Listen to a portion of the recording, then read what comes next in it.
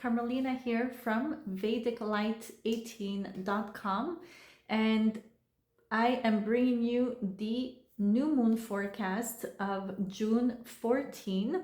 So we have a new moon at around close to 11 p.m. Eastern Standard Time, and it's in the portion of the sky called Mrigashira Nakshatra at the very last degree of Taurus, almost 30 degrees.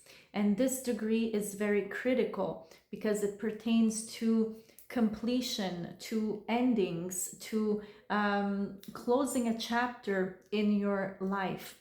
Now, Mrigashira Nakshatra has a lot to do with searching, and it's called the searching star, and it has to do with the searching mind.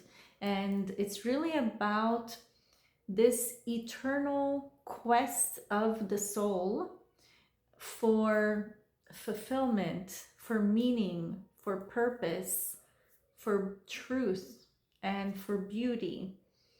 And we all have this quest within us. Every human being has it. The problem is that we're looking for these things in all the wrong places sometimes. And that's just human nature. And so this new moon is really about, and new moons, you know, the energy is internalized, it's turned inward. It's not a time to initiate something, start something new. It's about releasing, finishing up projects, things like that. But this new moon is really about questioning and questioning the motivations behind your pursuits and your desires. So, you know, is it for the right reasons? Is it for other sorts of reasons? Is it aligned with your values? Is it aligned with your truth and who you are and things like that? So for me, this new moon, the way I see it is that it's about closing a chapter in your life pertaining to some sort of pursuit or some sort of desire that you've been having maybe for a long time, and closing that chapter because maybe you don't align with that anymore.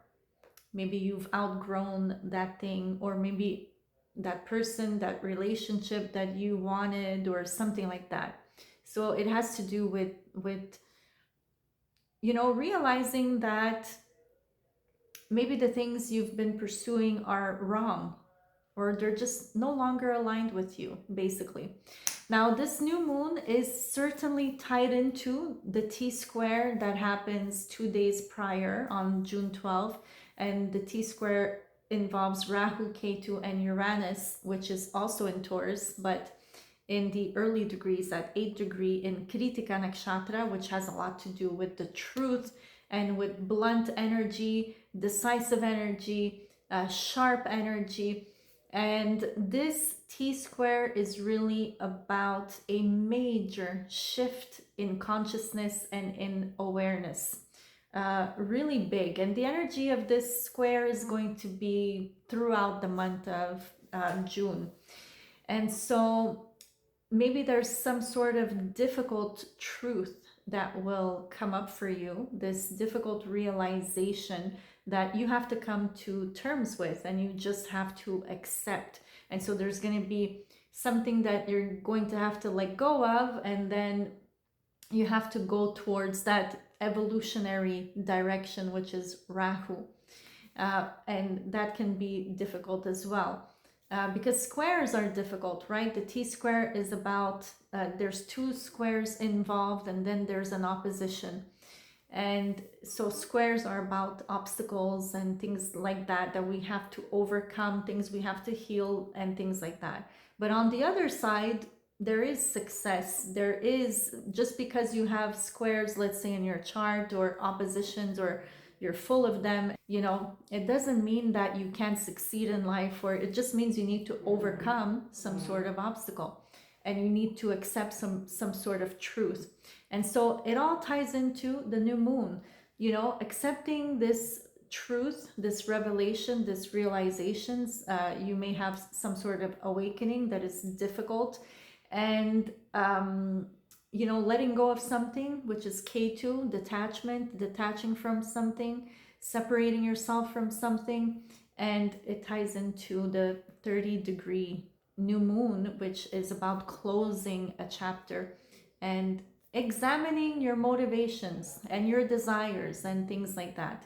So Taurus is really about our comfort in life. It's about beauty, wealth, resources, but also our values and what we value and things like that. So all these topics are coming up, and relationships, especially. Even the T square is about relationships because there's an opposition there. All oppositions are about interpersonal relationships. And so Venus is sitting in the third house from the new moon. And so the third house has the energy of Gemini, which is again the inquiring mind. And so questioning things and curiosity and learning and things like that. And Jupiter is amplifying all the Venusian qualities, which can amplify desires big time during this conjunction until next month, until July. So just watch out for that.